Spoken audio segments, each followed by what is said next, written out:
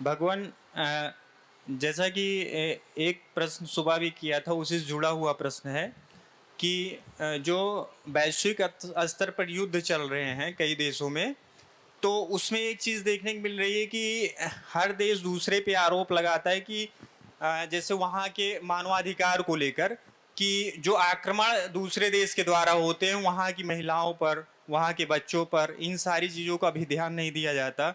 Russia Ukraine के ऊपर आरोप लगाता है, यूक्रेन रसिया के ऊपर, इसी तरह हमास इजराइल, इजराइल हमास।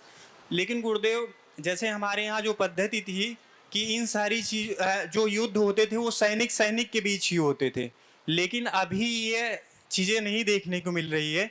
तो क्या वर्तमान परिप्रेक्ष्य में भी धर्म युद्ध संभव है, या जो धर्म युद्ध करेगा वो कमजोर पड़ेगा? बैठिए।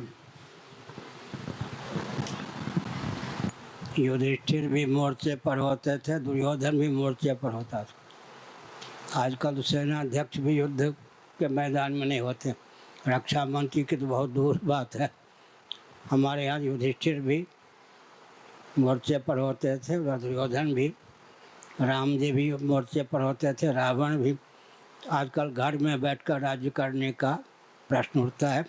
सैनिक कटते हैं, मरते हैं, नेता समझौता कर लेते हैं, ताशकंद वार्ता।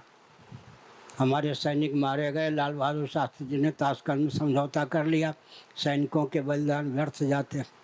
हमारी युद्ध परंपरा के अनुसार रक्षा मंत्री को युद्ध के लिए जाना चाहिए, जानते ही नहीं कुछ अर्थशास्त्र जाएंगे कि रक्षा मंत्री को भी मोर्चे पर जाना चाहिए, तीनों सेनाध्यक्ष को भी मोर्चे पर जाना चाहिए। स्थल युद्ध है तो स्थल, जल युद्ध है तो जल सेना के नभ मार्ग में, नभो मार्ग में युद्ध है तो वहाँ के सेनाध्यक्ष को भी जाना चाहिए, रक्षा मंत्री को भी जाना चाहिए। तब युद्ध तो युद्ध है, नहीं तो दूसरों को मरवा कर शासन करने का व्यसन है, दुर्व्यसन है। यह कोई शासन करने की विधा नहीं है। वीर भोग्या वसुंधरा।